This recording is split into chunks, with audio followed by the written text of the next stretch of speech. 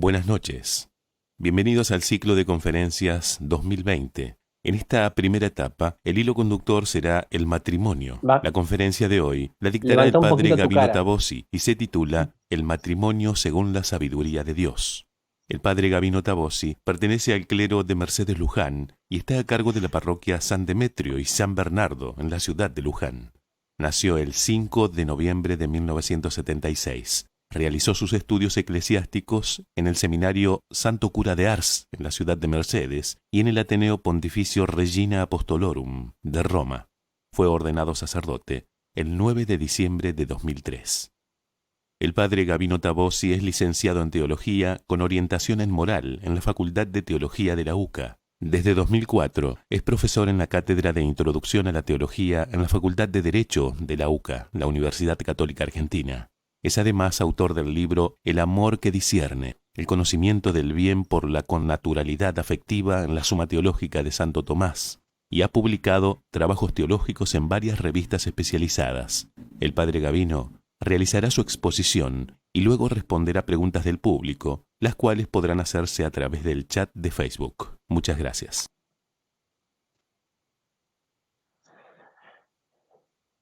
Muy bien, buenas noches.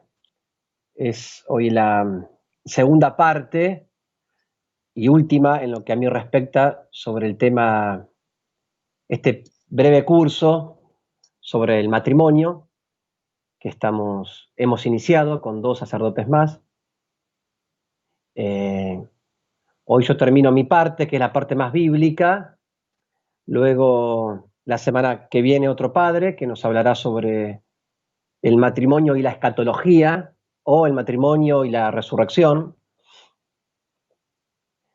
Y en 15 días, otro padre que nos hablará sobre el amor humano en general, y quizás una quinta y última conferencia sobre el matrimonio en el magisterio de la Iglesia.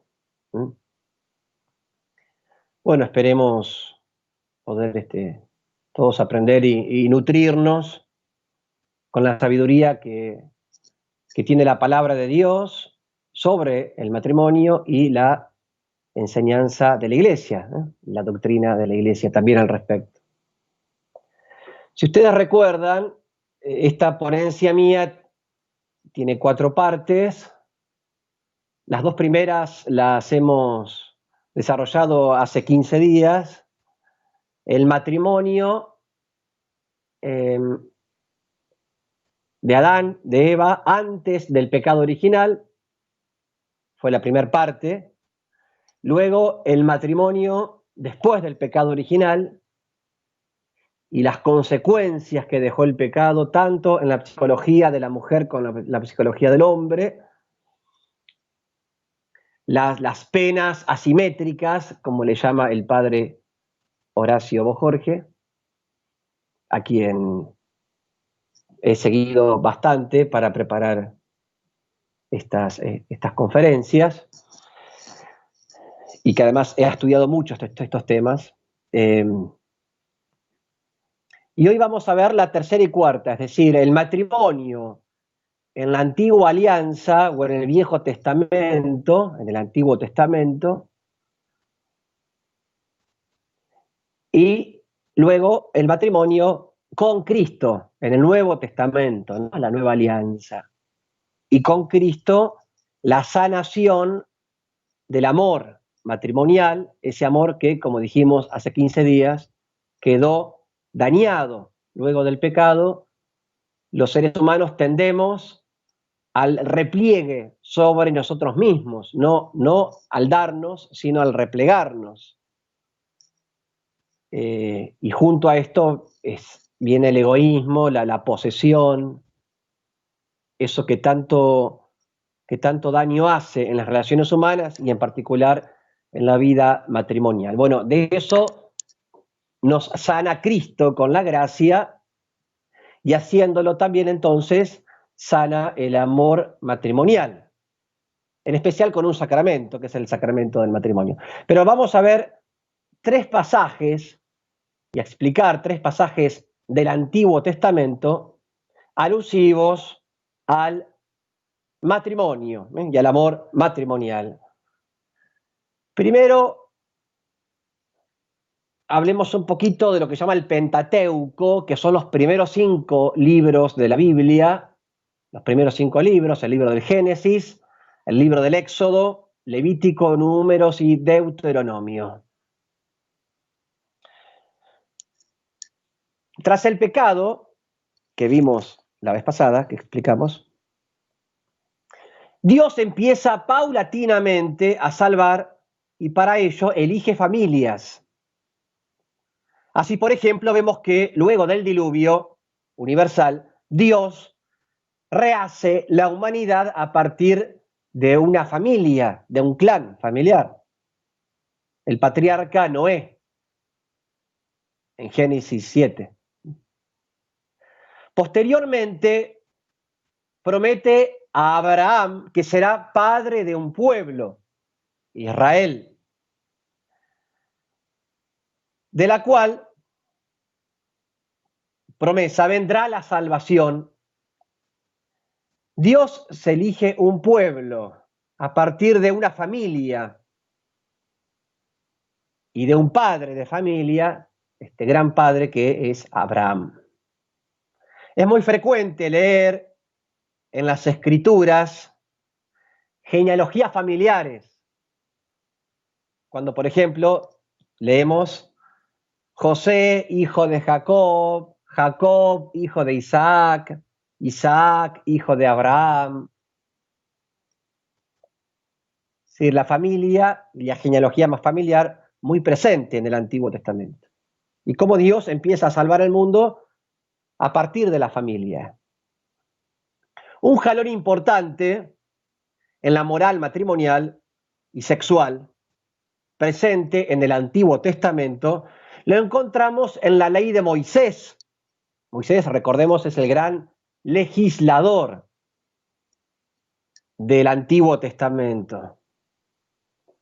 Más específicamente en el libro del Levítico, capítulo 18, allí Dios pide al pueblo que no imiten o emulen las costumbres de Egipto ni de Canaán, o sea, pueblos paganos, en donde se practicaba el incesto, el adulterio, la homosexualidad y la bestialidad también. Dios dice, en mi pueblo esto no imitan las costumbres paganas. Y ahí vendrá luego toda las idas y venidas de Dios con Israel, porque muchas veces Israel se volcaba a estas prácticas paganas por las promesas que el paganismo daba a las personas, y da en la actualidad incluso. Entonces Dios volvía a rehacer la alianza, o a perdonar y a rehacer el vínculo. Es verdad que en el Antiguo Testamento se permite la poligamia y el divorcio. Al principio se permitía la poligamia, ¿no? Por ejemplo, Abraham tuvo 2 mujeres, Sara y Rebeca. Perdón, Agar y Sara. Agar y Sara. Y otros casos también. Pero solo a modo de tolerancia. Es decir, para evitar males peores y en vistas a un camino gradual de perfección. Hay una gradualidad moral en el Antiguo Testamento. Dios va llevando a las personas, a la humanidad, a su pueblo, a una perfección, pero de modo gradual, con lo cual inicialmente tolera algunas prácticas que hoy diríamos inmorales, ¿no? Dios va presentando un proyecto matrimonial, pero de modo gradual, de a poco. Como buen pedagogo, prohíbe algunas prácticas, pero tolera otras. Así como un padre, cuando el hijo es chico, está en un proceso de educación, le tolera algunas cosas, otras no, algunas sí. porque bueno, todavía el hijo es inmaduro, le falta experiencia, le falta crecer. Bueno, así también Dios con su pueblo. Hay una inmadurez inicial y esa inmadurez irá perfeccionándose hasta llegar a Cristo, que es el hombre perfecto. Si Cristo y la Iglesia, bueno, entonces dentro de estas prácticas que Dios tolera, en el Antiguo Testamento está la práctica del divorcio. Dios permitía el divorcio a través de Moisés en el Antiguo Testamento. Moisés, en nombre de Dios, permitió el divorcio, pero lo hizo para poner un límite a la arbitrariedad machista del varón en su repudio a la esposa. En efecto, leemos en Deuteronomio, capítulo 24, aparece la placa, ¿verdad? Leo: cuando alguno tomare mujer y se casare con ella, si no le agradare por haber hallado en ella cosa alguna indecente, le escribirá el acta de divorcio y se la entregará en su mano y la despedirá de su casa. Y salida de su casa podrá ir y casarse con otro hombre. Pero si la aborreciere este último y le escribiere un acta de divorcio y se la entregare en mano y la despidiere de su casa, o se hubiera muerto este último hombre que la tomó por mujer, no podrá su primer marido, que la despidió, volverla a tomar para que sea su mujer, después que fue envilecida o manchada, ¿no? Deuteronomio 24, versículos 1 al 4. Ahí, en el segundo renglón, verán, se dice que el hombre la puede repudiar o divorciarse, pero tiene que haber una cosa indecente. Con la ley del divorcio redactada por Moisés, el hombre podía abandonar a su esposa, pero solo si había motivos, lo que hoy diríamos las causales o una causal para la separación. Se discutía, incluso en la época de Jesús, cómo había que interpretar esto de si no le agradare por haber en ella algo indecente. ¿Debía ser solo infidelidad de la mujer o cualquier motivo menor podía ser causa de divorcio? Si al marido, por ejemplo, no le gustaba algo de ella, no sé, el físico, el carácter, o algo menor, ¿eso era motivo para divorciarse? No estaba tan claro. ¿Cuál era el alcance de esa indecencia de la que habla Deuteronomio y que permitía la separación? Había discusiones al respecto, porque vieron que a veces está la ley y luego la interpretación. Había dos escuelas de interpretación con respecto a este pasaje, a la causal de divorcio. En la época de Jesús incluso existían dos escuelas rabínicas de interpretación muy diferenciadas. Para la escuela rabínica de Shammai, que era un rabino importante, Shammai, el alcance interpretativo de alguna cosa indecente era reducido a alguna infidelidad o alguna impureza que atentara contra la castidad matrimonial. Entonces, bueno, el hombre solo podía divorciarse de ella si ella le había sido infiel o algún tema de atentara contra la castidad matrimonial. Eso decía una escuela rabínica, la escuela de Shammai. En tal circunstancia, según esta corriente de interpretación, el varón tenía derecho a divorciarse. Otra era la escuela rabínica de Hillel, que que era otro rabino, esta escuela era más laxa en su interpretación de la ley, permitía el divorcio aún en los casos de simple desavenencia en la pareja. En dicho contexto, preguntan a Jesús al respecto para ver qué posición tenía él, cuál era su opinión sobre las causales. Ustedes recuerdan, en un momento los fariseos le preguntan a Jesús sobre el tema del divorcio. ¿Qué dice él? Un poco querían saber en cuál escuela estaba, ¿no? ¿Cuál era su interpretación?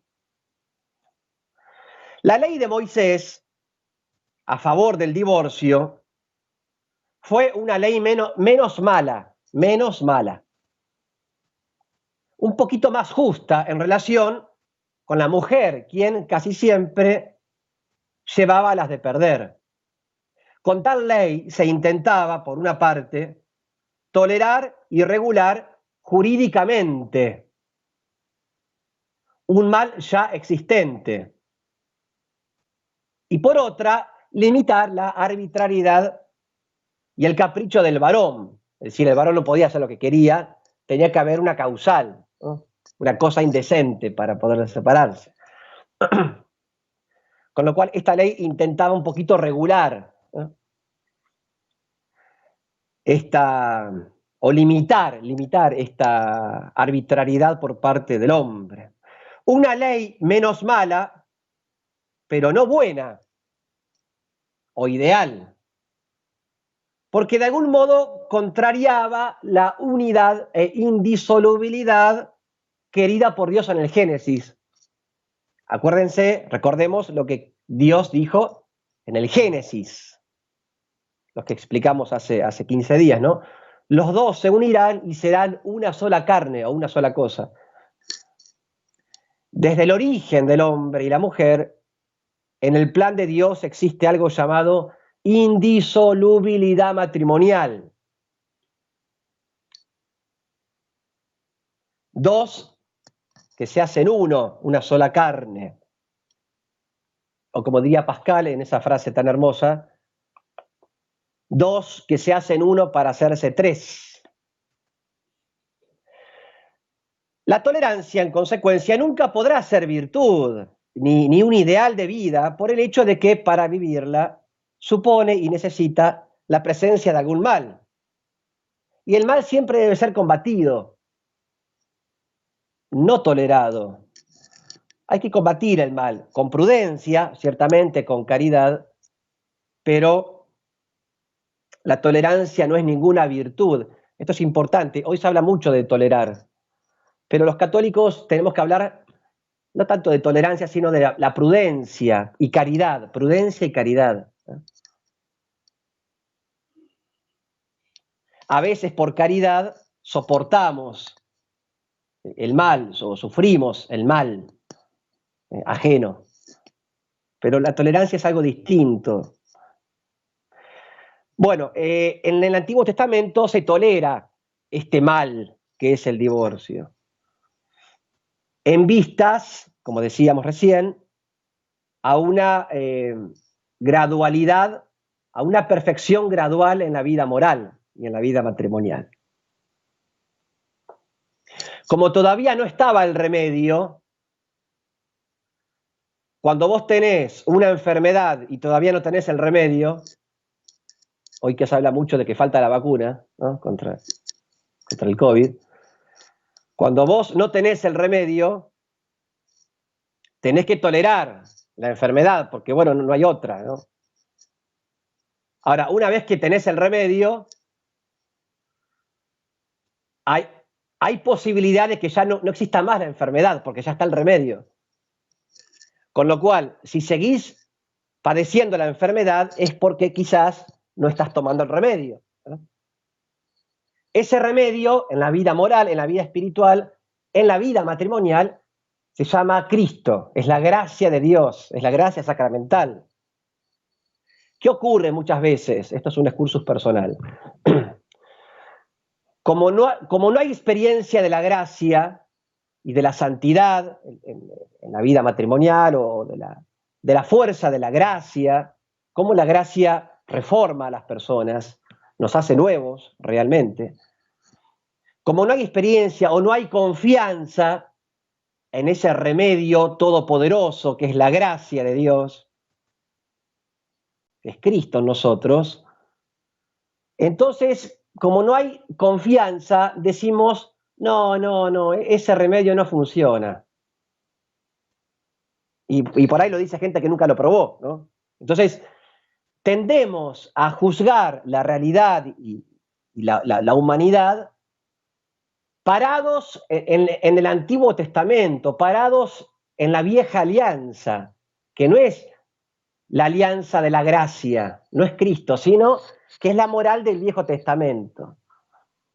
Pero la situación nuestra hoy es otra, no es la del Antiguo Testamento, es una nueva, es mejor, es superior, es la era del remedio o de la vacuna espiritual, que es la gracia, con la cual se puede, con la gracia se puede vivir la indisolubilidad matrimonial, cosa que antes, porque faltaba el remedio, no se podía, era muy difícil.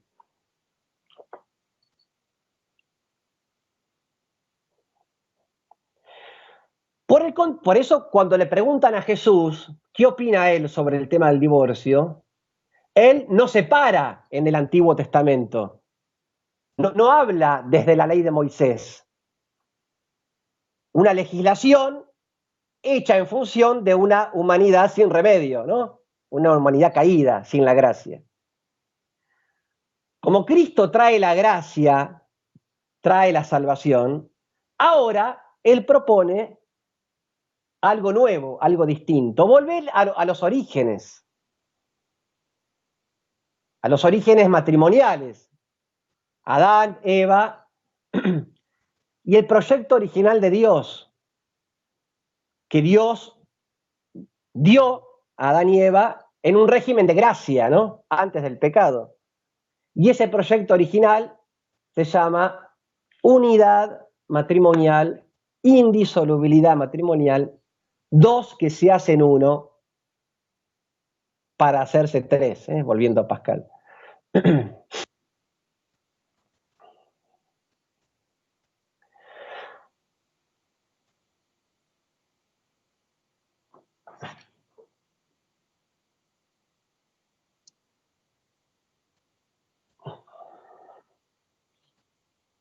Bien, perfecto.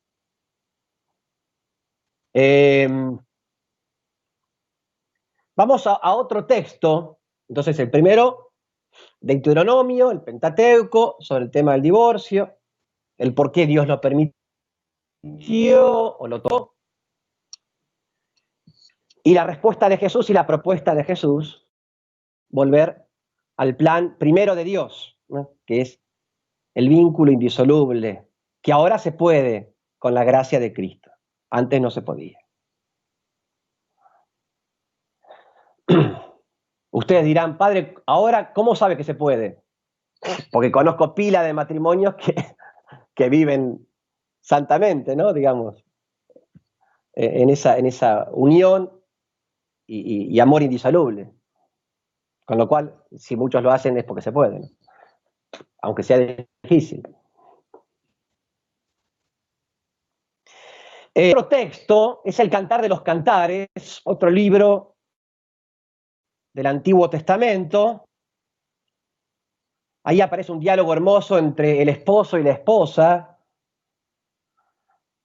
aunque también el esposo es Dios y la esposa es el alma, es cada uno de nosotros,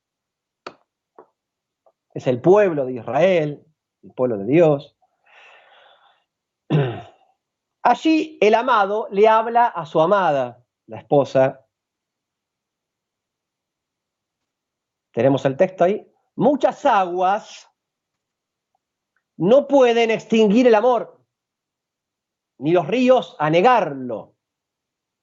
Muchos mares no podrían sofocar al amor, dice el Cantar de los Cantares. Y también dice, capítulo 8, Si alguien diera todos los haberes de su casa por el amor, solo lograría desprecio. En este libro es Dios quien habla al alma, Dios es el esposo, pero también es el esposo que habla a su esposa. Se puede entender de las dos maneras.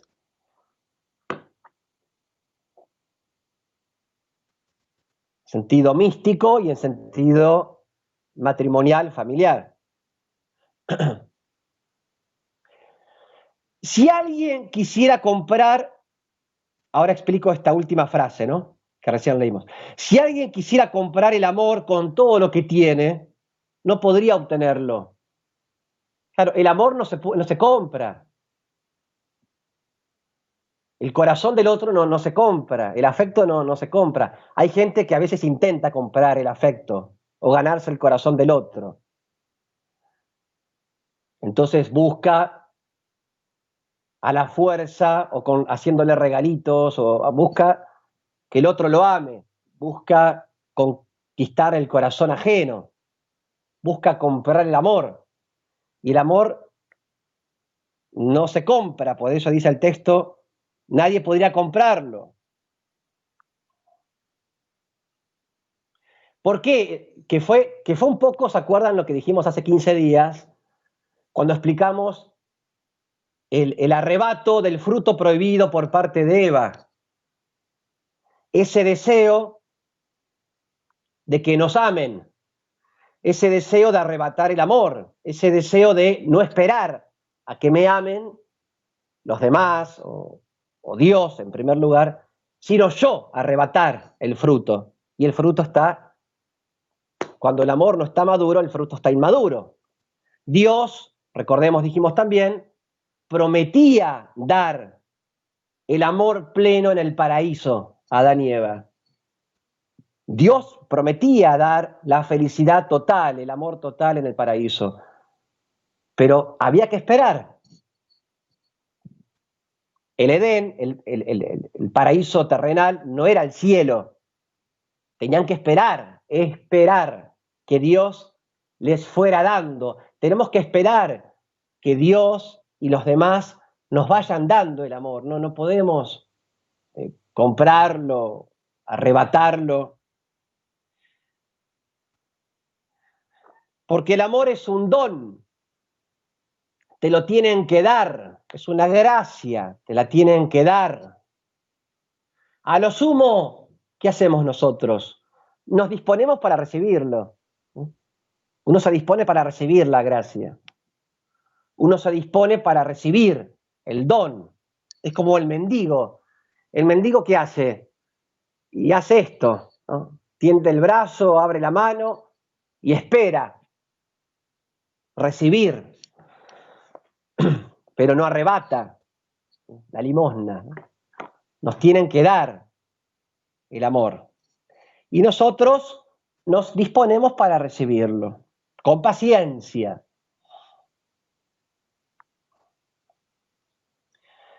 También sigamos explicando esta frase del Cantar de los Cantares, cuando habla de que los ríos, los mares, no pueden apagar el amor, anegarlo, extinguirlo. Para comprender mejor el sentido de esta enseñanza, según la cual todas las aguas de los mares no serían capaces de apagar el amor, hay que saber que el eje simbólico del mar es, en la Sagrada Escritura, el lugar en cuya profundidad se sume todo lo que se opone a Dios, lo que es enemigo de Dios. En la Sagrada Escritura, el mar es sinónimo de mal, lo que se opone a Dios, el mundo mundano. Por ejemplo, o sea, es lo contrario al amor, ¿no? Por ejemplo, es el lugar simbólico a donde van los que no aman a Dios, como la generación del diluvio en la época de Noé. Ahí también va el ejército del faraón. los enemigos del pueblo de Dios, o sea, los enemigos de Dios en última instancia. A las aguas del mar también van los pecados del pueblo elegido. Miqueas capítulo 7. El profeta desobediente, Jonás, acuérdense cuando Jonás se negó a ser profeta, escapó y terminó en el mar, en el agua, en el vientre del cetáceo. El profeta Jonás. Ahí también van los imperios bestiales que ve Daniel en Sueños, capítulo 7. Ahí también van a las aguas del mar los que escandalizan a los pequeños, dice Jesús. Si alguien escandalizara a un pequeño en la fe, más le valdría que le aten una piedra de molino al cuello y que lo arrojen al mar. ¿Ven? Finalmente, del mar deben sacar los apóstoles a los hombres, los pescadores, los apóstoles, la iglesia, rescata a los hombres, nos rescata del mar, o sea, del mal, del pecado. Con lo cual, las aguas del océano no podrán anegar y engullir el amor.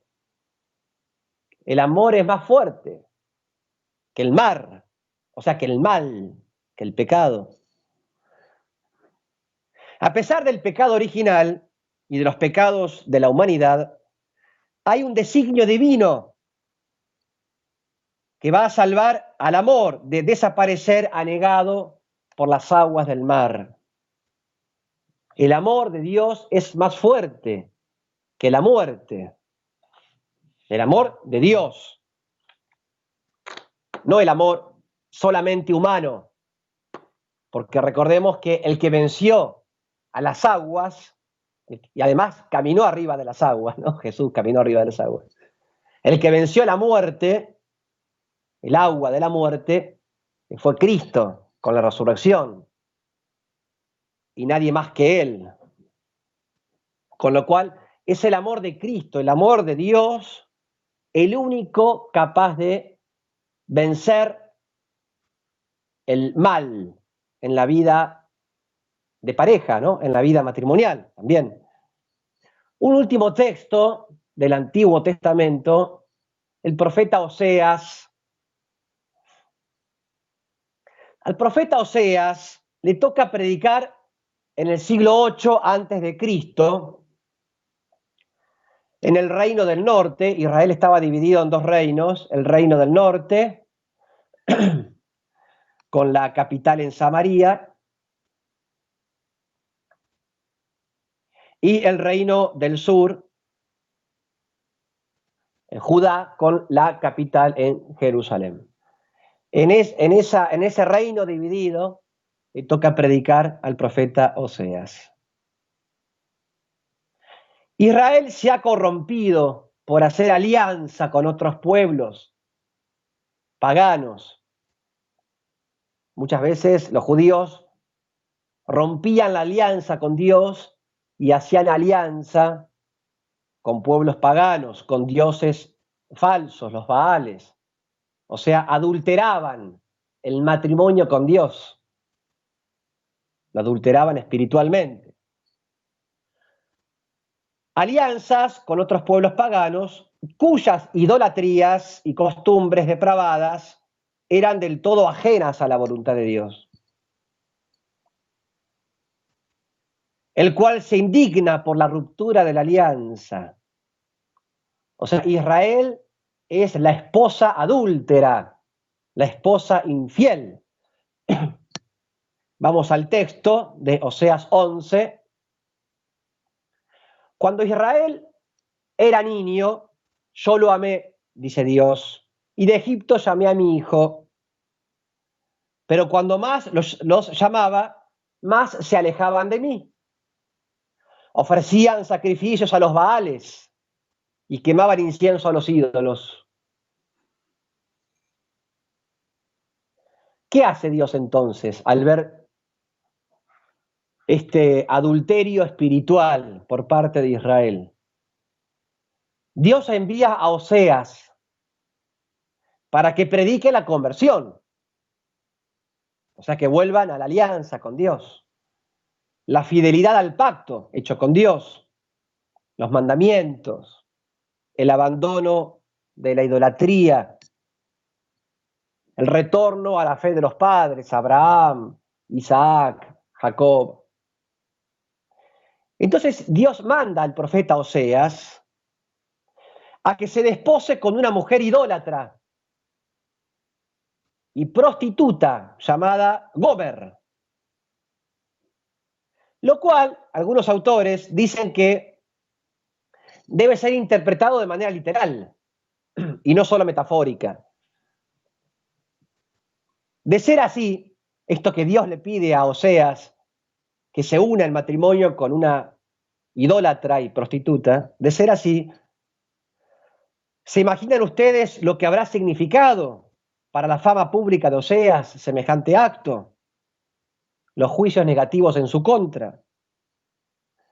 Pero Oseas es la imagen de un Dios esposo casado con su pueblo, pero un pueblo que es prostituto, un pueblo que es fornicario, adúltero, porque quebranta la ley constantemente, la ley de Dios.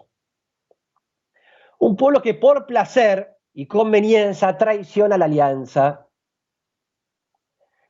La esposa es infiel, pero Oseas, el marido, no lo es.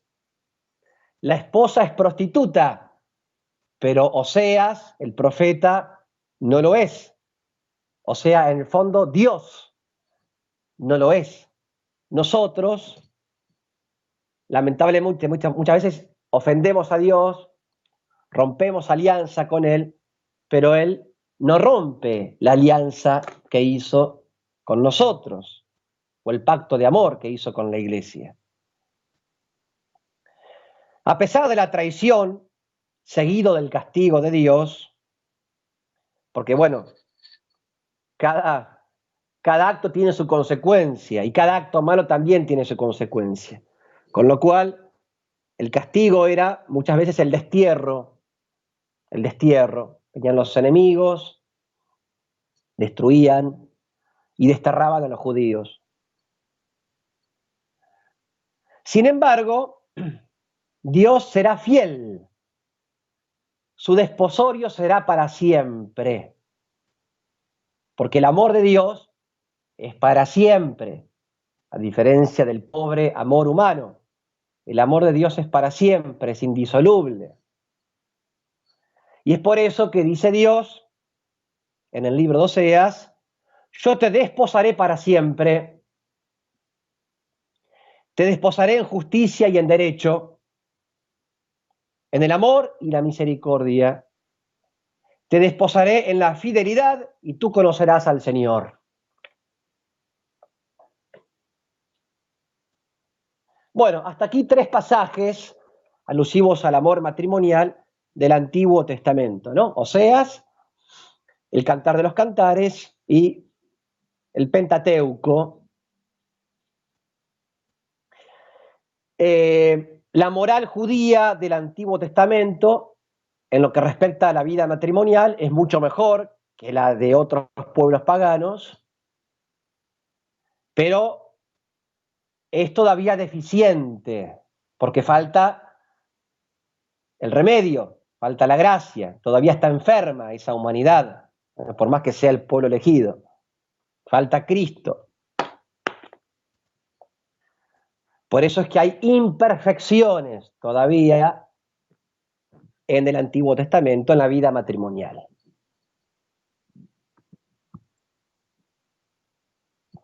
Vamos a la cuarta parte y última, digamos, de la ponencia, que es Cristo y la gracia que Cristo trae y con la cual sana el amor en la pareja, el amor en el matrimonio. El matrimonio, se llama así esta cuarta parte, el matrimonio bajo la nueva ley. de la gracia traída por Cristo. Toda la Biblia, Antiguo y Nuevo Testamento, es un gran libro sobre el matrimonio. Las Sagradas Escrituras inician con un matrimonio, Adán y Eva, y terminan con otro matrimonio. En el último libro de la Biblia, el Apocalipsis, se habla de las bodas del Cordero. Cristo es el esposo, la iglesia es la esposa, las bodas de Cristo con la iglesia. ¿Ven? Sí, en el principio y en el fin, y en el medio de la palabra de Dios aparece el tema matrimonial, es constante el matrimonio. De hecho, al final del último libro, el Apocalipsis, hablamos de las bodas del Cordero, capítulo 19. Además, otra cosa interesante con respecto a la palabra de Dios, notemos que al referirnos a los dos grandes bloques de la Sagrada Escritura, usamos también, porque así lo usa la misma Biblia, un concepto nupcial. Me refiero al término alianza. Alianza. Alianza son los anillos, ¿no? Que expresan un pacto que se han dado los novios, una alianza. Hablamos de la nueva alianza y de la vieja alianza o antigua alianza. O sea, el mismo libro de la Biblia tiene un sinónimo nupcial, matrimonial, alianza. También la palabra testamento, ¿vieron? El Antiguo Testamento, el Nuevo Testamento, también esa palabra se relaciona con la familia, con la herencia familiar. El padre que antes de morir hace el testamento para la descendencia, para los hijos. Testamento es lo que alguien escribe a fin de que su familia pueda conocer su voluntad respecto a los bienes que posee o a lo que desea comunicar antes de morir. Si toda la palabra de Dios escrita es un canto al matrimonio, no podía serlo menos el centro o el núcleo de esa palabra que es Cristo, que son los evangelios. Lo primero a decir es que Dios, aun siendo absolutamente libre y todopoderoso, elige revelarse y hacerse hombre en una familia. O sea, no solamente Dios eligió familias en el Antiguo Testamento, Adán, Eva, Noé, Abraham, el hijo Isaac, su descendencia, etcétera, sino que además Dios cuando viene al mundo, Dios cuando se hace hombre, elige una familia también. Podría haberse revelado de otro modo, ¿eh? Al fin y al cabo es Dios, ¿no? Y sin embargo, la matrimonio, María y José, Dios hecho hombre, estuvo 30 años en vida de familia. O sea, ¿se dan cuenta que para Dios la familia es muy importante? Y se dan cuenta que también el diablo tiene como blanco predilecto a las familias y a los sacerdotes, ¿no? Son los dos blancos del diablo, a los cuales apunta con especial concentración el sacerdote y las familias cristianas. Porque Dios salva al mundo a través de las familias, por eso. Si bien Jesús y los apóstoles no se casaron, se instituye el matrimonio como sacramento.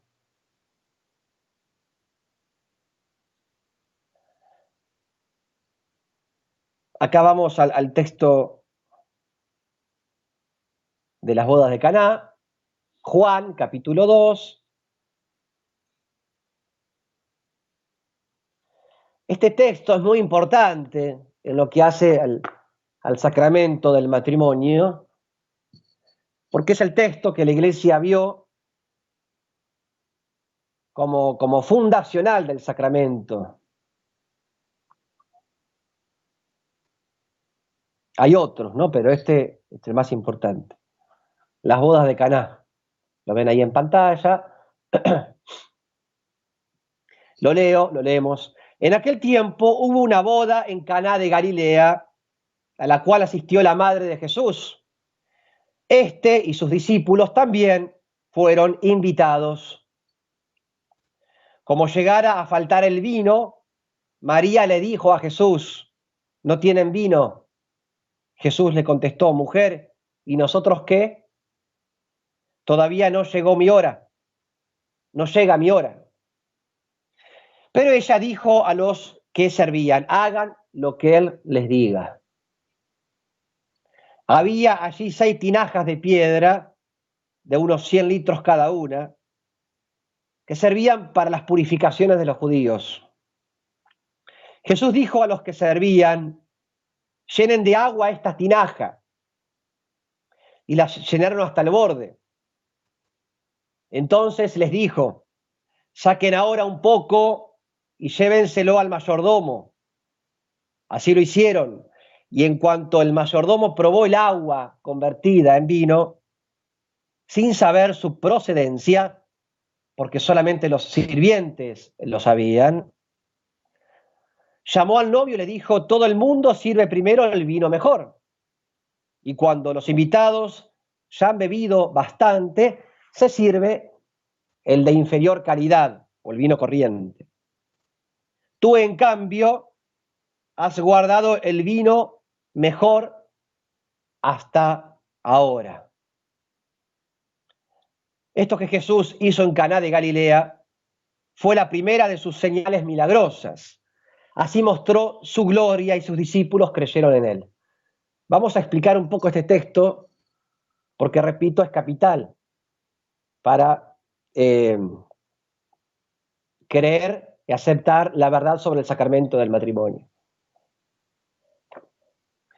El milagro de Caná es importantísimo por varias razones. Primero, porque es el primero que realiza Cristo, públicamente.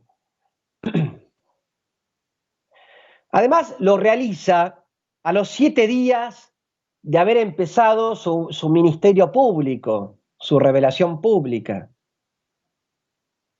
Para los judíos, el número 7 es sinónimo de perfección. Lo cual quiere decir que para San Juan en particular, quien escribe el Evangelio, con el milagro de Caná de Galilea se cierra la nueva creación semanal, el nuevo Génesis, que es la redención. Acuérdense en el Génesis, en el primer Génesis, por decirlo así, Dios va creando, ¿no?, en 7 momentos, en los 7 días. De menor a mayor, de lo no vivo a lo vivo, termina luego el hombre, y luego, dijimos, la coronación de la creación, la frutilla de la torta, la mujer, la perfección de la mujer. Una semana. Y al 7º día Dios descansó. Ahora, se termina la primera semana de la vida pública de Jesús, cuando Jesús empieza a mostrarse públicamente, y en el último día de la semana Jesús hace este milagro. Antes había estado reclutando a los apóstoles, empezó, ya están los 12 apóstoles acá en las bodas de Caná, estuvo reclutando a los apóstoles, predicando el reino de los cielos, el llamado a la conversión, el bautismo. Y en el 7º día ocurre esto, el primer milagro, lo cual hay que entenderlo en conexión con lo otro. En el primer Génesis Dios crea. Ahora Dios con Jesucristo recrea, rehace al matrimonio, rehace el vínculo matrimonial, rehace el amor conyugal, rehace todas las cosas, ¿no? Pero también aquí rehace el matrimonio y realiza esta semana de redención, o mejor dicho, termina esta semana de creación o de recreación o de redención, la termina en un contexto de matrimonio, en unas bodas matrimoniales.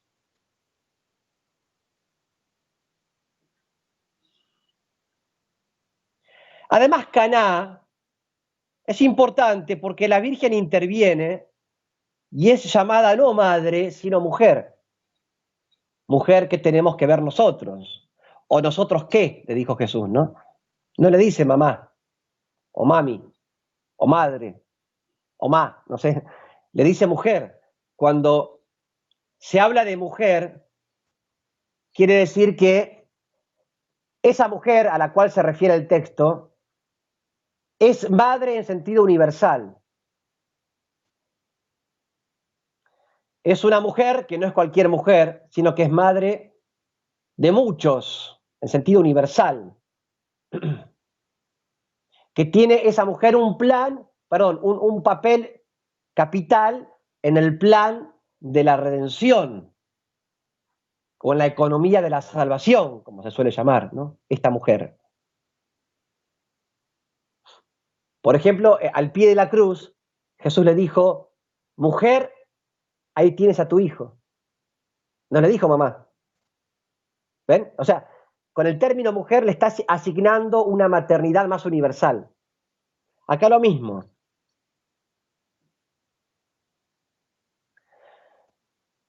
Se instituye el matrimonio cristiano porque el vino del milagro anticipa el vino transformado en sangre del último milagro hecho por Cristo en la última cena. O sea, este primer milagro, el agua que se hace vino, 600 litros de agua en 600 litros de vino, de excelente calidad, hay que leerlo también en conexión con el último milagro de Jesús antes de morir en la última cena. El vino se transforma en sangre. Por eso hay una gran relación entre el matrimonio y la Eucaristía. Y de hecho la Iglesia aconseja que las personas que se casan por iglesia lo hagan en el contexto de la Eucaristía, o sea, dentro de la misa. Hoy día casi nadie elige la misa, pero digamos, sería lo lógico, ¿no? Es decir, el sacramento dentro del gran sacramento que es la Eucaristía.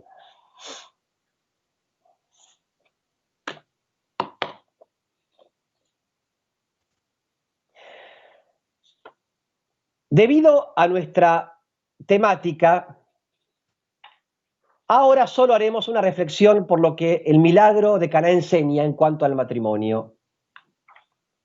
Cristo asiste a las bodas acompañado de su madre y los apóstoles.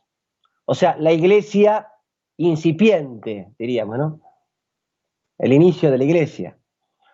Recordemos que en el Antiguo Testamento Dios es el esposo quien hace y rehace la alianza con su esposa, el pueblo de Israel. A su vez, Cristo es llamado esposo. Juan Bautista dice que Jesús es el esposo, no porque estuviera casado con una mujer, sino porque es el esposo místico de los cristianos, o sea, de la iglesia.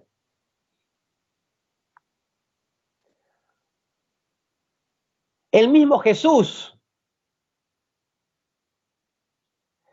se llama a sí mismo también esposo. Él es el esposo de cada alma que lo recibe y del pueblo de los bautizados.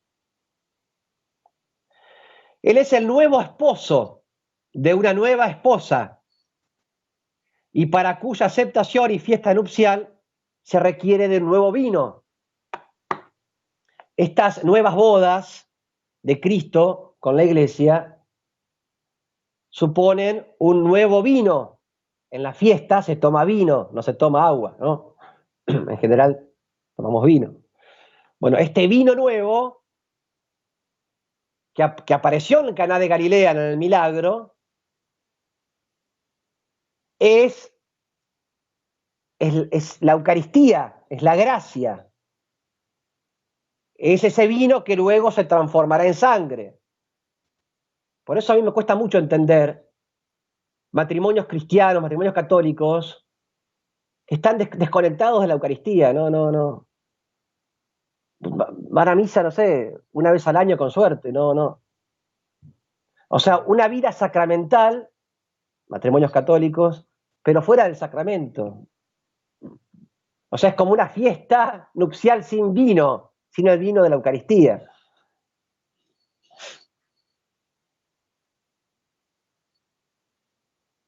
Que es la sangre de Cristo, ¿no? El vino de la sangre de Cristo. Así pues, debemos encuadrar la presencia de Jesús en las bodas de Caná en un contexto nupcial más universal. O sea, no es solamente los novios que se casan ahí en ese casamiento judío. Cristo es el esposo. Y la iglesia, los apóstoles que estaban ahí con la Virgen María, la iglesia que estaban haciendo es la esposa. Y ese vino nuevo ahora es la Eucaristía, la sangre de Cristo. Y esa fiesta nupcial es la Santa Misa. Es un banquete, ¿no? Decimos también. Vamos a otro texto importante sobre la vida matrimonial y la moral matrimonial, que es San Pablo, escribe a los Efesios, capítulo 5. Es muy lindo, ¿no? Y dice San Pablo dice cómo tienen que tratarse entre los esposos, después los esposos con los padres con los hijos con los padres. Bueno, léanlo en los matrimonios, capítulo 5, carta a los Efesios. Pero vamos a leer un pedacito. Tenemos ahí ya la placa. Dice el apóstol San Pablo: sométanse unos a otros en el temor de Dios. Los casados las casadas estén sujetas a sus propios maridos, como al Señor, porque el marido es cabeza de la mujer, así como Cristo es cabeza de la iglesia, la cual es su cuerpo y Él es su Salvador. ¿Ven? San Pablo va relacionando el esposo y la esposa con Cristo y la iglesia. El modelo en la vida matrimonial es Cristo y la iglesia, el esposo místico y la esposa que es la iglesia. Entonces dice, así como Cristo es la cabeza de la iglesia, el marido es la cabeza de la mujer. Esta es una expresión que a algunas mujeres no les gusta, ¿no? Pero bueno, vamos a explicar qué quiere decir esta frase. Así que, dice San Pablo, dice la palabra de Dios en realidad, así que como la iglesia está sujeta a Cristo, así también las casadas lo estén a sus maridos en todo. Yo cuando en la misa uno lee este texto que a veces aparece en la misa, en alguna lectura, los maridos hacen así. Después les gusta, ¿no? Bueno, dice la palabra de Dios: maridos, amen a sus mujeres, así como Cristo amó a la iglesia y se entregó a sí mismo por ella, para santificarla. Así también los maridos deben amar a sus mujeres como a sus propios cuerpos. El que ama a su mujer se ama a sí mismo. Fíjense qué fuerte esto. El marido, al amar a la mujer, se ama a sí mismo. Porque claro, no son dos, son uno solo. Con lo cual, si amo al otro, me amo a mí. Por esto dejará, y ahora cita San Pablo el Génesis, por esto dejará el hombre a su padre y a su madre y se unirá a su mujer, y los dos no serán sino una sola carne. Grande es este misterio o sacramento. Y yo lo digo respecto de Cristo y de la Iglesia. O sea, San Pablo está leyendo el texto matrimonial del Génesis, los dos que se hacen uno, en clave cristológica. Cristo es el esposo, la Iglesia, los cristianos, la esposa, el pueblo.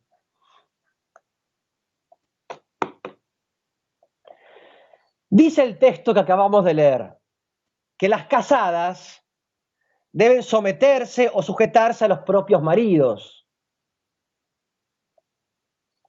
¿Esto es machismo? ¿Es algo pasado de moda? Porque algunos dicen eso, dicen, bueno, pero San Pablo hace 2000 años, la cultura era otra, ahora está la igualdad de los sexos. Hay que ver, digamos, no es tan así, porque la palabra de Dios es perenne. Hay que saber interpretarla bien, ¿no? Hay cosas que no cambian. Recordemos que la palabra de Dios no es para una época, sino para todas las épocas. Es palabra divina, no humana. Es eterna, porque Dios es eterno. Lo que San Pablo quiere decir es que en la vida de la fe no es la esposa, iglesia esposa, y cuando digo iglesia esposa, nosotros, ¿no? Los bautizados, los laicos, los sacerdotes, los obispos, el papa. No es la esposa quien debe ordenar o exigir a Cristo a la cabeza lo que la cabeza debe hacer. No es que los hombres tenemos que dirigirlo a Jesús, guiarlo a Jesús, ordenarle a Jesús o al Espíritu Santo lo que tienen que hacer. Es al revés, es lo contrario. La iglesia es quien se pone a la escucha del esposo,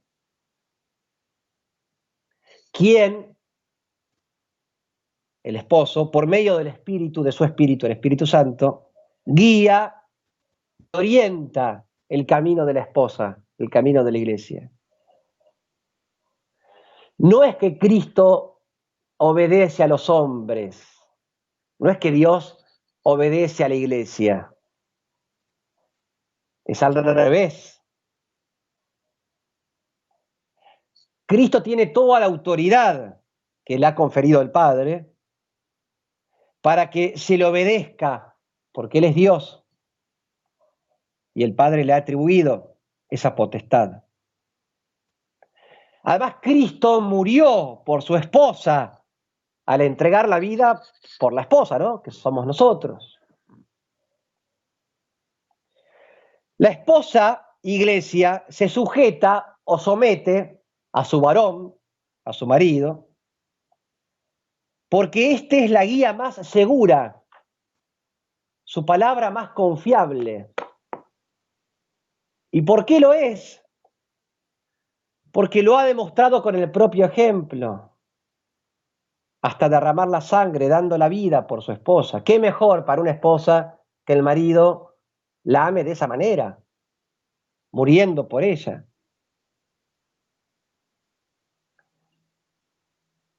La consumación esponsal de Cristo, la hará cuando haya sangre. De la consumación del matrimonio surge la sangre.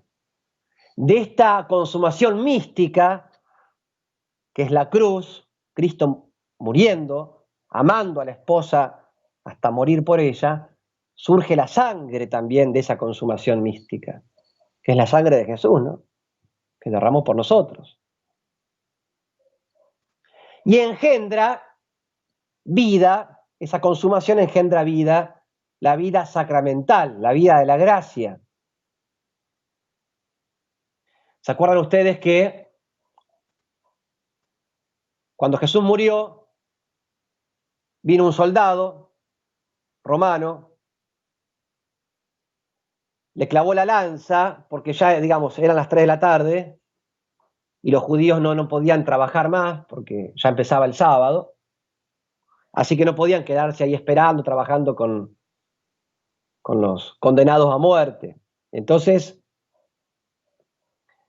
tenían que acelerar la muerte rápido, ¿no?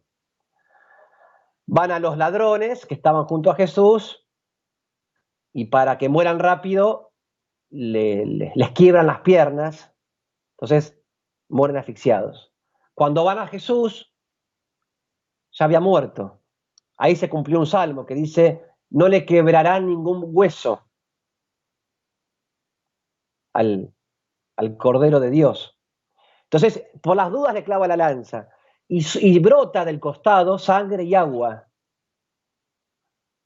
La sangre de Cristo es el vino, como dijimos hoy, que es la misa, la Eucaristía, el vino nuevo de Caná de Galilea.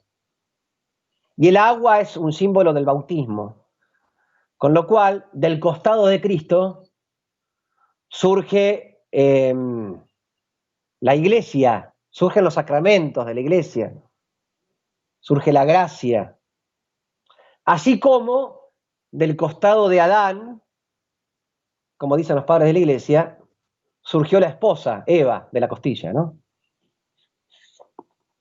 Entonces, volviendo al texto de San Pablo, dice, la mujer obedezca a su marido.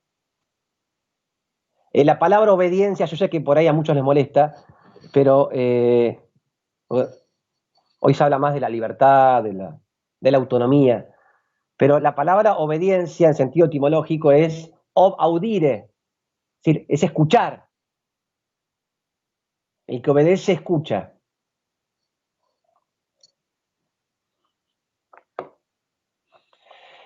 Obediencia por parte de la iglesia con respecto a Cristo. Eso es lo que le toca a la mujer, o a la iglesia, o a la esposa. Y respecto del hombre, la parte que le toca a él es, como Cristo, la muerte, morir por ella, dar la vida por la esposa. ¿Qué es mejor? ¿Obedecer o morir? Digamos, ¿qué es menos doloroso? Algo análogo ocurre en el matrimonio cristiano. Suponiendo que el esposo sea un hombre de fe, se supone, ¿no? Si es un matrimonio cristiano, católico. Lo mejor que puede hacer la esposa por el bien propio y de su familia es obedecer al marido, confiar en la decisión del marido. Es allí como ella se cura de sus inseguridades y de su deseo desordenado de manejarlo todo, controlar todo. ¿Se acuerdan cuando vimos hace 15 días las consecuencias que dejó el pecado en la mujer? Dijimos que la mujer, que fue pensada para auxiliar al hombre, para sostenerlo, para acompañarlo, para ser su compañera, y esto porque ella es muy fuerte, el que es más fuerte sostiene al más débil. Con el pecado, de ser auxiliar, se hizo dueña, ¿no? Dueña de los hijos, dueña del marido, que quiere saber de todo, los horarios, qué está haciendo, qué no está haciendo, dueña de los nietos, dueña de la nuera, dueña de... El pecado deja esa consecuencia en la mujer. De auxiliar, para lo cual fue pensada, se transforma, a consecuencia del pecado, en esto de adueñarse. No solamente auxiliar, sino adueñarse, ¿no? Manejarlo todo, controlarlo todo. Luego del pecado, la mujer se hace más insegura, por eso quiere estar en todo, ¿no? Porque se siente insegura, ¿no? Busca seguridad en las cosas, ¿no? O en los demás. El hombre tiene otras miserias luego del pecado, pero que no son tanto estas. Con lo cual, ¿cómo se sana ella? ¿Cuál es el remedio para una persona insegura? La obediencia. Mira, tenés que hacer esto. Confía en mí. Confía en mí. Hacé lo que yo digo. Siempre y cuando, obviamente, lo que el hombre dice no sea algo malo, ¿no? Se supone que no. Es un hombre de fe. Bueno. Es decir, confía. Te cuesta confiar. A consecuencia del pecado original. Confía. Es decir, obediencia como confianza. No quieras controlarlo todo, estar en todo. Aprende a confiar en los demás, a confiar en mí, confiar en Dios. La obediencia cura esa tendencia de la mujer a la inseguridad, a la duda, al miedo por el futuro. Es la confianza, es la obediencia y la confianza. Pero no en sí misma, porque justamente es insegura, ¿no? En otro, y qué mejor que el hombre, que el marido. A su vez, el marido, para ser alguien digno de confianza, tiene que ganarse la confianza. Deberá, como Cristo, morir por la esposa. Esta es la parte que le toca al marido. Ella tiene que obedecer, confiar en él, pero él a su vez tiene que, como Cristo, morir por ella. Pero no morir físicamente. Si viene alguien y le quiere hacer algo, yo, no sé, prefiero que me maten a mí. Aunque también, digamos, pero morir en sentido espiritual, morir a las pasiones. Morir todos los días a las pasiones egoístas, morir a la sensualidad, morir a la inclinación a la lujuria. El hombre, luego del pecado, en esa pena asimétrica, como le llama el padre Bon Jorge, tiende más al desorden sexual como ley general, o sea, a la lujuria. Con lo cual, que el hombre muera por la esposa es no usarla a la esposa como un objeto, como un, perdón la expresión, como un cacho de carne, ¿no? Para saciarse un rato y no. Es decir, morir a ese desorden sexual, morir a la lujuria. Es así como él se cura en el matrimonio. Y en esto la esposa tiene que educarlo a él, ordenarlo en los sentimientos, en los afectos, en las pasiones carnales, ordenarlo, educarlo. Dios puso a la mujer en el matrimonio cristiano con este fin. Él que la guía, él que la orienta, pero ella además que lo educa en este plano. Y bueno, y de parte de él es la muerte a ese desorden. Es así como se sana el matrimonio. Cuando ella obedece y se somete a él, por amor, y cuando él muere por ella e intenta no dar curso al apetito sexual desordenado, consecuencia del pecado.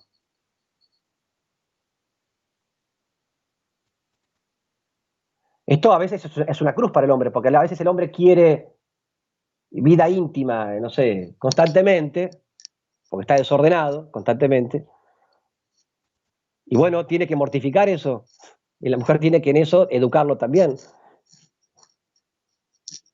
Y es una muerte, espiritual, ¿no? Si se quiere. Y así se sanan las relaciones en el amor matrimonial. Recordemos lo dicho más arriba sobre los resultados asimétricos del pecado original en el hombre y la mujer. Ella queda fuertemente inclinada a la inseguridad, a la excesiva racionalidad, al querer controlarlo, al manipular incluso, él queda inclinado al desorden sexual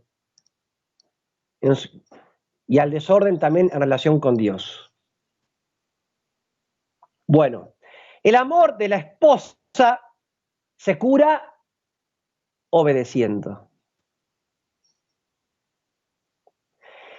Y el amor del esposo o del marido se cura mortificando, lo cual se logra viviendo una virtud derivada de la templanza llamada la castidad conyugal. Si ella no quiere obedecer, que obedecer en un clima de diálogo, la palabra obediencia está cargada de muchas connotaciones negativas, ¿no? Como el tirano, como obediencia, como sumisión. No, es un clima de amor, obediencia, como nosotros con Dios. Obedecemos a Dios, sí, pero no porque sea un tirano, ¿no? Un autoritario, sino por amor. Bueno, si ella no quiere obedecer a su esposo, y si él no quiere mortificar sus pasiones, el fracaso matrimonial está garantizado.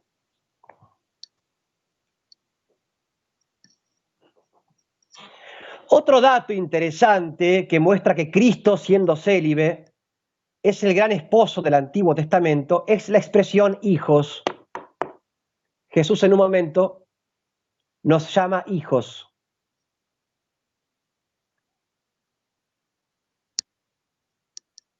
O sea, en cierto modo, es el hermano mayor, y a veces el hermano mayor hace como de padre con respecto a los menores, ¿no?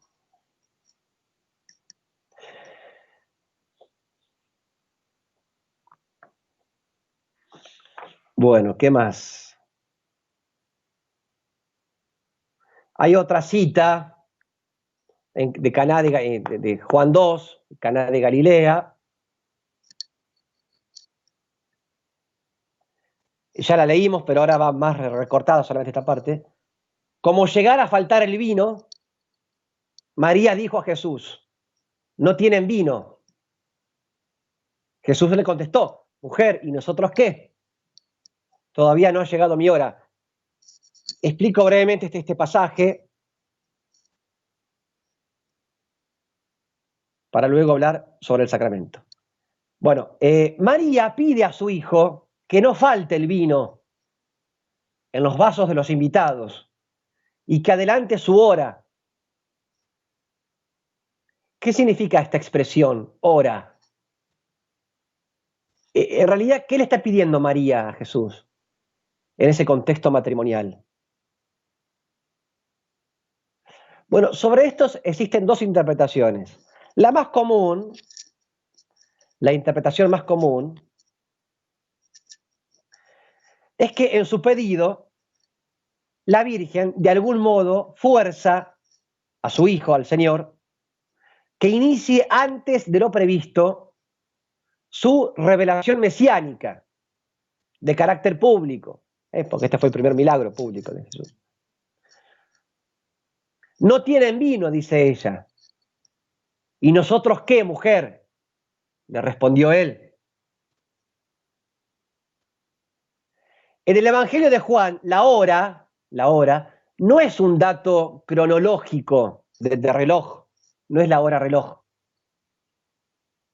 Es la hora teológica, lo que se llama el kairos, el tiempo de Dios. ¿Vieron cuando uno dice los tiempos de Dios no son los nuestros, no? El nuestro es el cronos, el tiempo cronos. El tiempo de Dios es distinto al nuestro, en parte. Es el tiempo en el cual Dios se revela. Se llama kairos.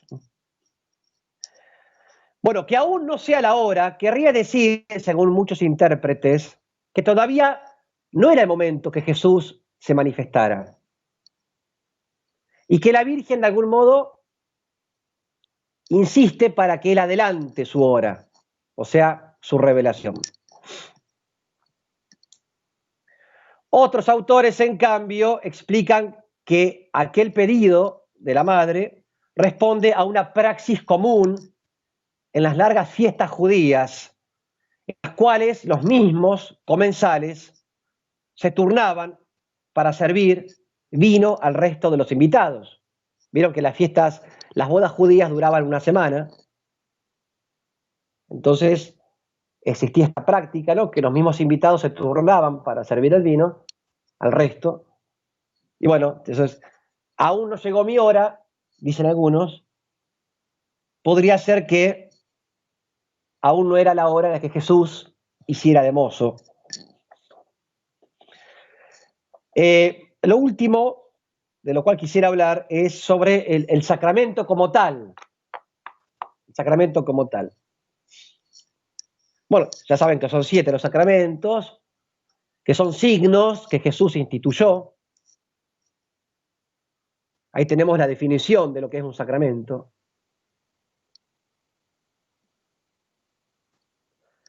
Sacramento en latín, pero en griego se dice mysterion, misterio.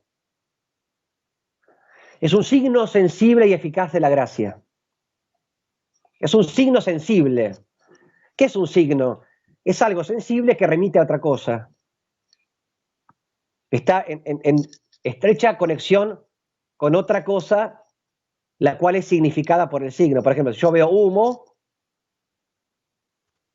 el humo es un signo de que hay fuego, ¿no? Es un signo natural.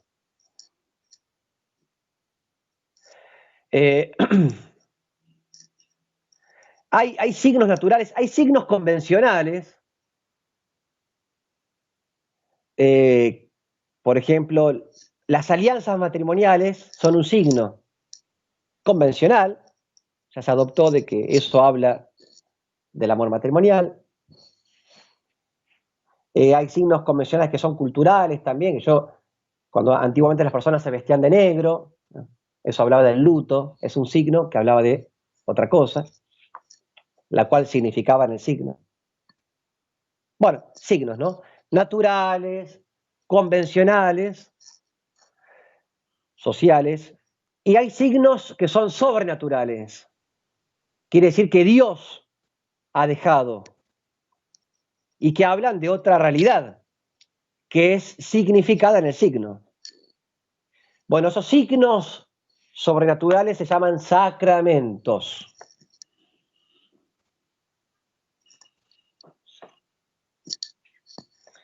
Son signos sensibles de algo que no vemos, a diferencia del fuego,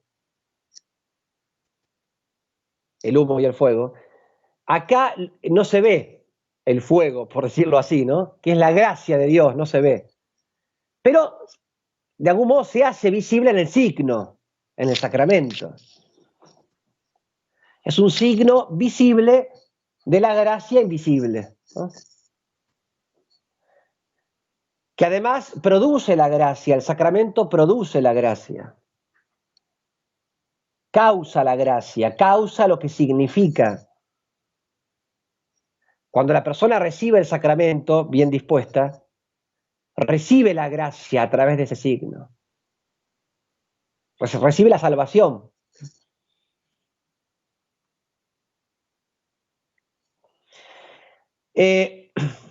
Para recibir el sacramento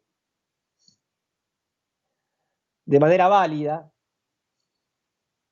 hacen falta 4 condiciones, se requieren 4 condiciones.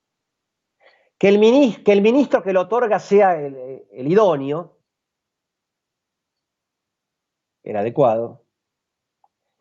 Que tenga intención de hacer lo que la Iglesia hace o celebra, la intención del ministro. Que use la materia válida para el sacramento, que de eso en la misa, el pan y el vino, en el bautismo el agua, en la confirmación el aceite, el crisma, ¿no? Bueno, la materia válida,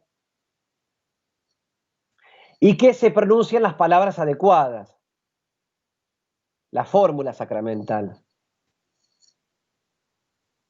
Por ejemplo, el bautismo, ¿qué sé yo? Juan Ignacio, yo te bautizo en el nombre del Padre y del Hijo y del Espíritu Santo. La fórmula propia del sacramento. Entonces, son las 4 condiciones para la validez del sacramento. Hay una división que hacemos según la finalidad del sacramento. Ustedes saben que, está la placa ahí, ¿no? Ustedes saben que se divide según la finalidad en 3: sacramentos de iniciación, bautismo, comunión y confirmación; sacramentos de curación, que es la unción de los enfermos y la penitencia o la confesión; y sacramentos que se ordenan como fin a la vida social o al servicio a la comunidad: el matrimonio y el orden sagrado, el sacerdocio. Y luego también dividimos los sacramentos según la disposición de cada uno para recibirlos. Los dividimos en sacramentos de vivos y de muertos. En sacramentos de muertos, el sacramento lo da a una persona espiritualmente muerta, y con el sacramento la persona recupera la vida de la gracia, la vida sobrenatural. Por ejemplo, el bautismo. El niño no es hijo de Dios y con el bautismo empieza a tener la vida de hijo de Dios. O por ejemplo, el sacramento de la reconciliación. Uno está muerto por el pecado mortal, se confiesa y recibe la gracia y empieza a revivir o a tener vida nueva, la vida de la gracia. Esos son los 2 sacramentos de muertos, se llama así. Y luego están sacramentos de vivos, que para que el sacramento tenga efecto, uno ya tiene que estar en gracia.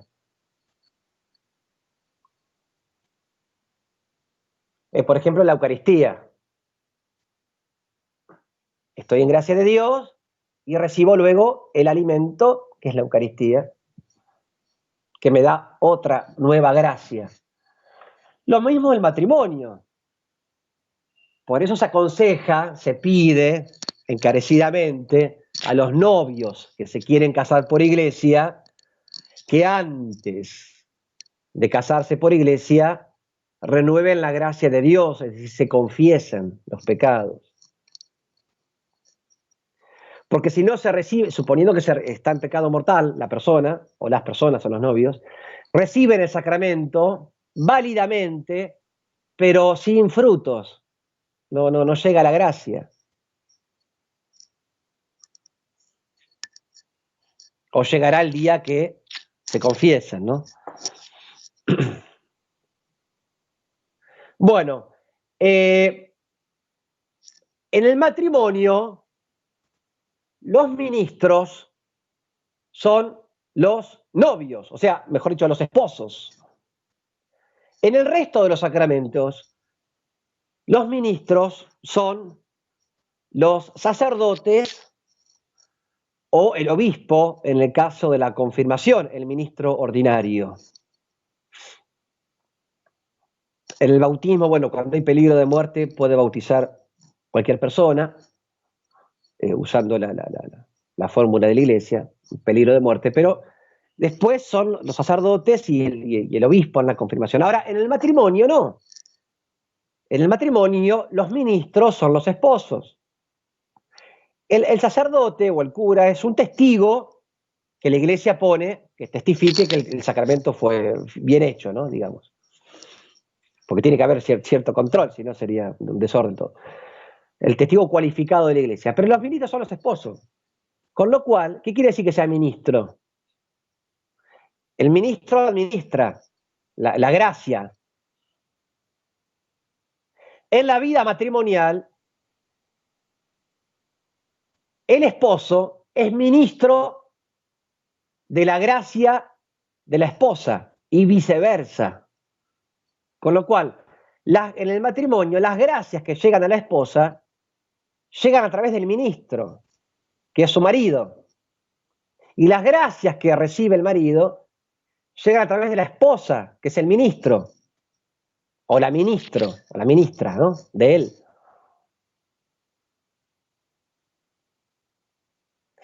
¿Y qué gracia? La gracia del sacramento que tiene como fin, ¿cuál es el fin del matrimonio? La santidad en la vida matrimonial. O sea, tener hijos, la apertura a la vida, la educación cristiana de los hijos y el bien de los cónyuges, o sea, la santidad de los cónyuges. Como son uno por el sacramento, la santidad de uno directamente, pero directamente afecta o redunda en la santidad del otro.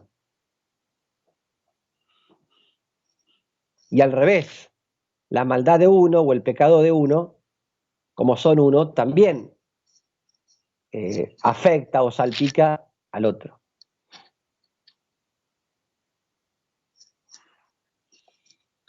Hay un texto de San Pablo en la primera carta a los Corintios que dice cómo en el matrimonio uno santifica al otro. Porque ustedes saben que hay un tipo de matrimonio que se llama disparidad de culto, cuando uno de los dos es católico y el otro no está ni siquiera bautizado. La Iglesia, con una dispensa del obispo, el obispo puede levantar un impedimento canónico para que puedan casarse en ese caso, con algunos requisitos, pero se hace.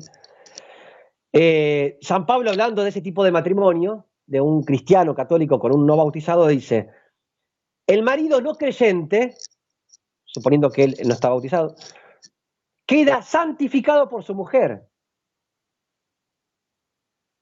Y la mujer no creyente queda santificada por su marido creyente. Fíjense ustedes, ¿no? Esto se da incluso en matrimonios de disparidad de culto, o sea, cuando uno de los dos no es cristiano. Y lo dice la palabra de Dios. El no cristiano queda santificado también. Esto es para que veamos la fuerza que tiene el sacramento en la unión y en la santificación de los esposos. Por eso cuando alguien dice, ay, no sé, mi esposa es insoportable, la verdad que yo no sé qué hacer, me cansa, todo el día me aturde. Tenés que santificarla, no tenés que quejarte de los vicios de ella o de los pecados de ella. Santificala.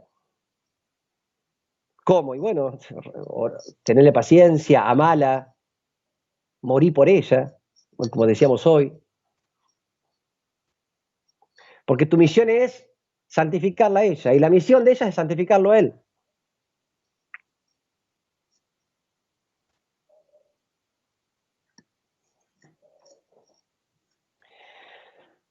Con el fin de la gracia, perdón, como el fin de la gracia es la gloria, porque Dios da la gracia en este mundo para que un día estemos en la gloria, ¿no? La gracia es el anticipo de la gloria, del cielo. El fin del matrimonio es el cielo. De esto el padre Carlos hablará la próxima semana, ¿no?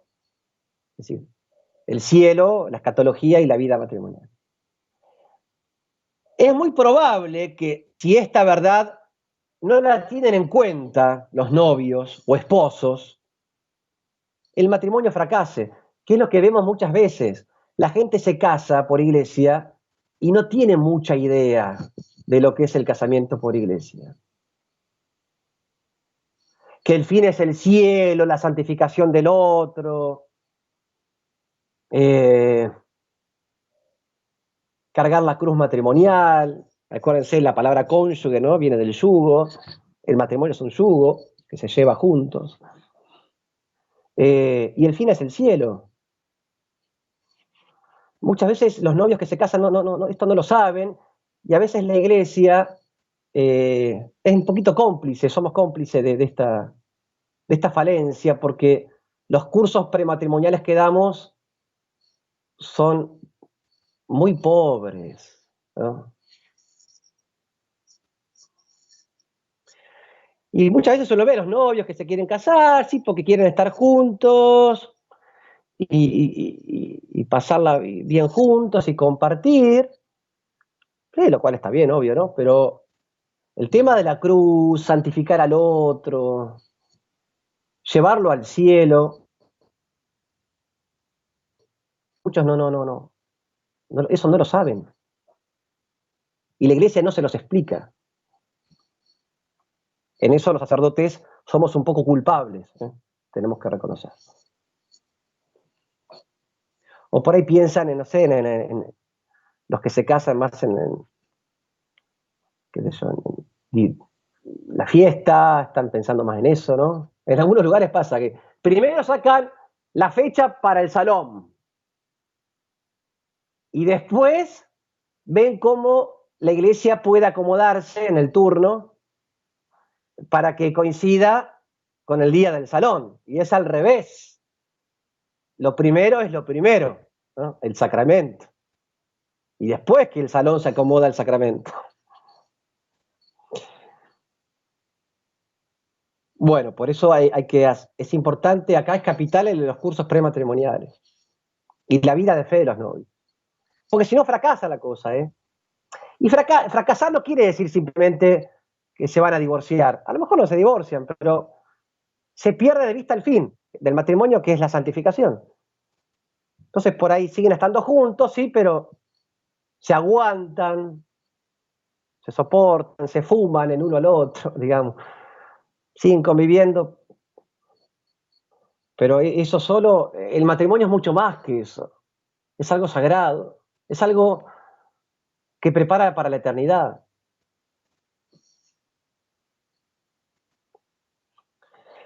La gracia recibida permite a los esposos vivir conforme a la verdad, ser felices, santificarse en ese estado, ser expresión. La gracia propia del matrimonio es que ellos dos son expresión del amor de Cristo esposo con la iglesia esposa, reflejan ese amor. El matrimonio cristiano refleja el amor de Cristo esposo y la iglesia esposa.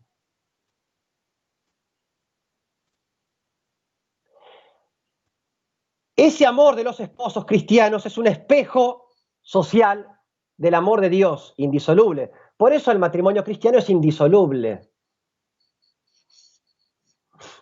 Porque es un reflejo del amor de Dios, o sea, del amor de Cristo, que es indisoluble. No podría ser de otra manera. El amor matrimonial. El otro día me preguntaba una persona, dice, ¿qué pasa si mi esposa me... Un caso, ¿no? Mi esposa me abandona, nos casamos por iglesia, válidamente, ella me abandona, yo la sigo amando, ella se va con otra persona, con otro hombre, yo me quedo solo. Me decía, ¿qué pasa ahí? Si yo tenía vocación a la vida matrimonial y no vocación para ser cura o célibe, ¿qué pasa? ¿Se me cambia la vocación? Me preguntaba este hombre, ¿no? Este señor. Porque yo ya no puedo tener más vida matrimonial, con lo cual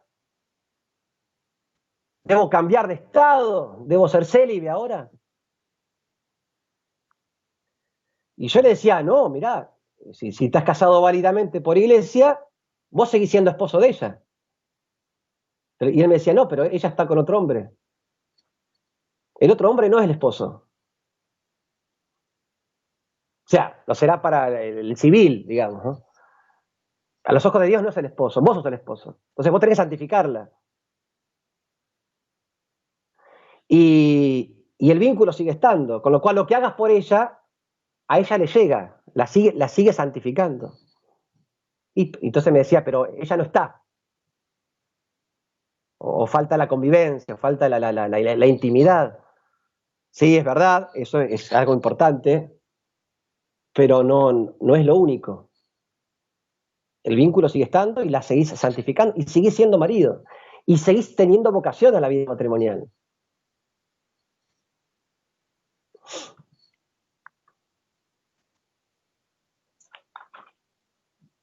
Por otra parte, recordemos que en la Virgen María y San José, si bien ellos, bueno, eran una familia, ¿no? Convivían, no había vida íntima.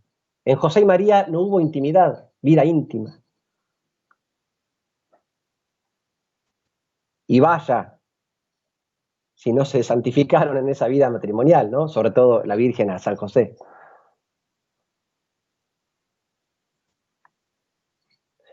Bueno, termino diciendo, y así como es indisoluble el amor de Dios hacia la humanidad,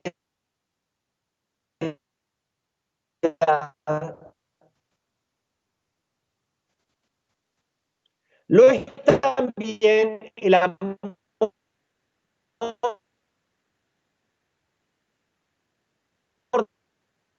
de los esposos, lo que dijimos recién. Aún a pesar de las debilidades humanas, no importa, sigue siendo indisoluble.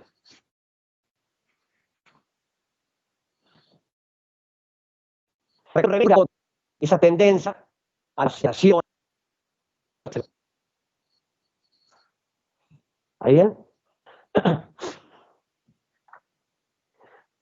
¿Se escucha bien, no? Sí.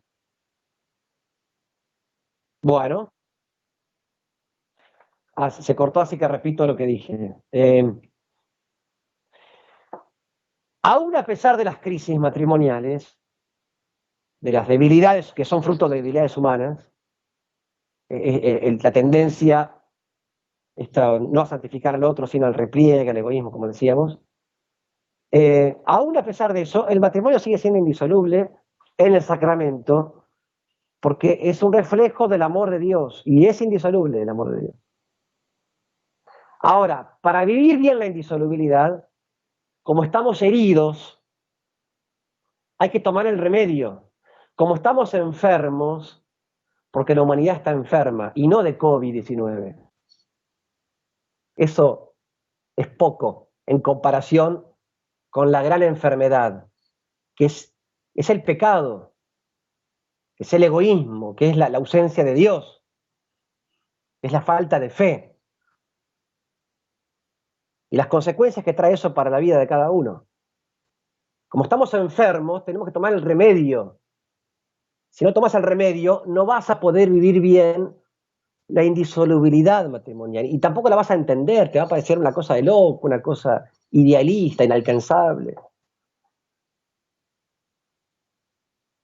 Bueno, y termino con una frase de Thibon, Gustave Thibon, sobre el matrimonio, cuando dice cómo las crisis y las debilidades humanas, lejos de ser un impedimento en la vida matrimonial, muchas veces mejoran el vínculo.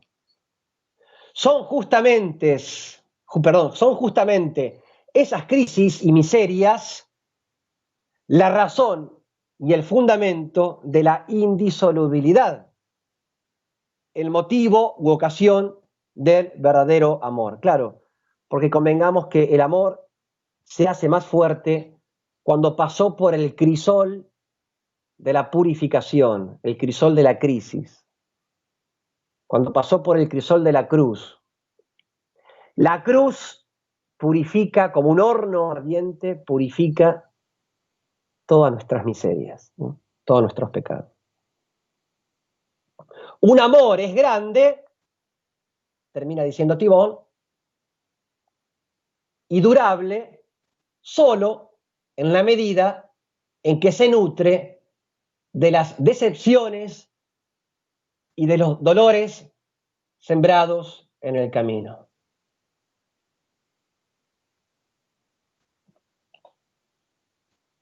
Con lo cual, a la decepción en el matrimonio, las crisis, pueden contribuir, si las asumís con fe, a un crecimiento en el amor matrimonial. Porque Dios usa también eso para hacernos crecer, ¿no? Dios sabe sacar bien del mal. Pero bueno, acá tiene que estar la fe fundamental, ¿no? La capacidad de perdón. Hay gente que dice, no, yo si me es infiel, no podría perdonarlo. Le perdono todo, menos la infidelidad. Yo le digo a esa persona, ¿vos sos católico? Sí, padre, soy católico. No, no parece que fuera católico. Porque cuando Jesús habló del perdón, no dijo, perdonen siempre menos infidelidad. No, perdonen siempre. Con lo cual, si hay arrepentimiento por parte de la otra persona, dolor por su pecado, si sos cristiano católico tenés que arrepentir, tenés que perdonar. Y si no te sale, pedile a Dios que te ayude a perdonar, pedirle la gracia, ¿no? Pedí el remedio, de vuelta. Sin el remedio, si no vas al médico no te vas a curar de ese egoísmo, de esa falta de perdón, etc. Bueno, se ha hecho largo también esta segunda vez, pero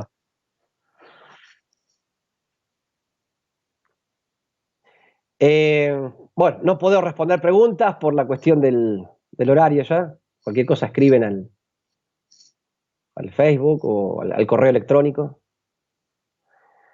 Sepan entonces que el próximo jueves habrá otra conferencia sobre el matrimonio y en la resurrección. Dentro de 15 días otra y quizás una quinta y última en 3 semanas sobre el matrimonio en el magisterio de la Iglesia. Gracias por la paciencia. Hacemos una oración y les doy la bendición. En el nombre del Padre, y del Hijo, y del Espíritu Santo. Amén. Dios te salve María, llena eres de gracia, el Señor es contigo. Bendita tú eres entre todas las mujeres, y bendito es el fruto de tu vientre, Jesús. Santa María, Madre de Dios, ruega por nosotros pecadores, ahora y en la hora de nuestra muerte. Amén. Nuestra Señora de Luján, ruega por nosotros. Jesús, José y María, sean la salvación del alma mía. El Señor esté con ustedes y con tu espíritu, y que la bendición de Dios Todopoderoso, del Padre y del Hijo y del Espíritu Santo, descienda sobre ustedes y permanezca para siempre. Amén. Que tengan buenas noches. Chao. Gracias.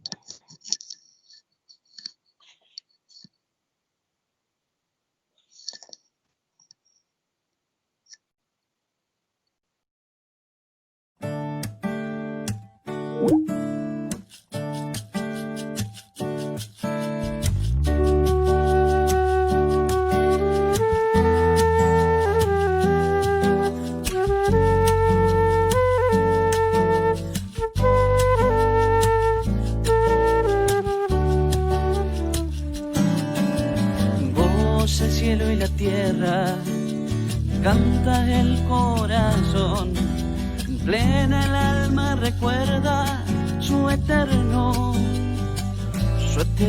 amor. Todo vuelve a la vida, la verdad ya llegó, se vive la alegría de que Cristo resucitó. Cristo ya venció, los ángeles cantan, Cristo ya venció, nosotros también, Cristo ya venció, levántate hermano, sigámoslo a Él. Cristo ya venció, los ángeles cantan, Cristo ya venció, nosotros también, Cristo ya venció, levántate hermano, sigámoslo a Él.